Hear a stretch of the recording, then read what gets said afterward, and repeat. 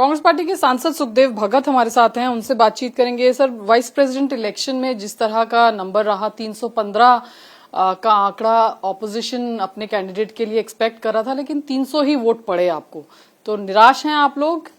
नहीं, निराश नहीं है। तो सबसे पहले तो मैं आपके माध्यम से जो नवनिर्वाचित उपराष्ट्रपति महोदय हैं उनको शुभकामनाएं देते हैं और एक अपेक्षा करते हैं कि जो संसद की गरिमा है, उपराष्ट्रपति की गरिमा है और जो लोकतांत्रिक पद्धति और संसदीय पद्धति है उसको वो अक्षुण्ण रखें, ये हम अपेक्षा करते हैं।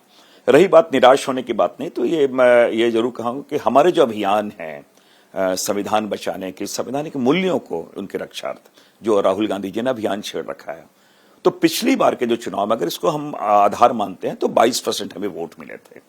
इस बार हमें 40% वोट मिले हैं।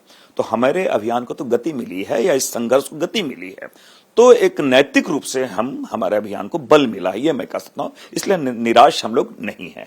ये भी कहा जा रहा है कि ऑपोजिशन के खेमे से कुछ क्रॉस वोटिंग भी हुई। आप लोग पहले 324 का फिगर कोट किया जा रहा था, फिर 315 का किया गया, लेकिन वोट 300 पड़े।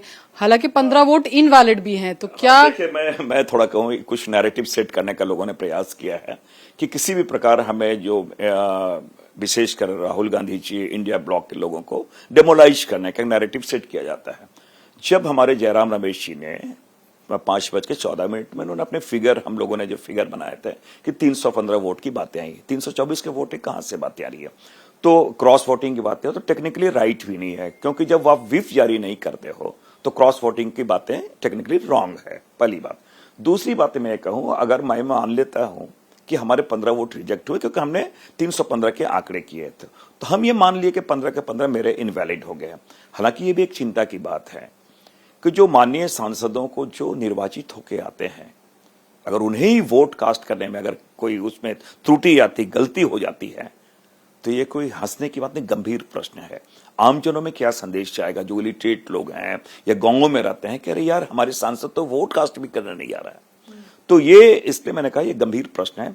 रही बात, हम तनिक भी विचलित नहीं है, हमें संघर्ष करने की हमेशा ये प्रेरणा मिलती है। हाँ, ये बात मैं जरूर कहना चाहूंगा और ये भी कहना चाहूंगा कि आखिर किन कारणों से ये चुनाव हुए हैं, ये कारण दोबारा यहां पे ना आए, ये हम जरूर चाहेंगे। और बिना किसी पूर्वाग्रह के जन आकांक्षाएं जो है, जो प्रश्न जो फ्लोर में लाए जाएंगे, वो अपनी भूमिका को बेहतर तरीके से निभाए, ये हमें अपेक्षा है। आपने तकनीकी तौर पर कहा कि क्योंकि विप नहीं होता है इसलिए क्रॉस वोटिंग का सवाल नहीं होता है, लेकिन क्रॉस वोटिंग की बात भले ना हो तकनीकी आधार पर, लेकिन इंडिया ब्लॉक का फ्लॉक टुगेदर था या नहीं था, एकजुटता थी या नहीं थी, क्या उसमें फूट पड़ी, ये सवाल तो खड़े होते हैं। मैं समझता हूं कि एकजुटता थी और 315 के 315 100% टर्नआउट हुआ, भरे हुए हैं।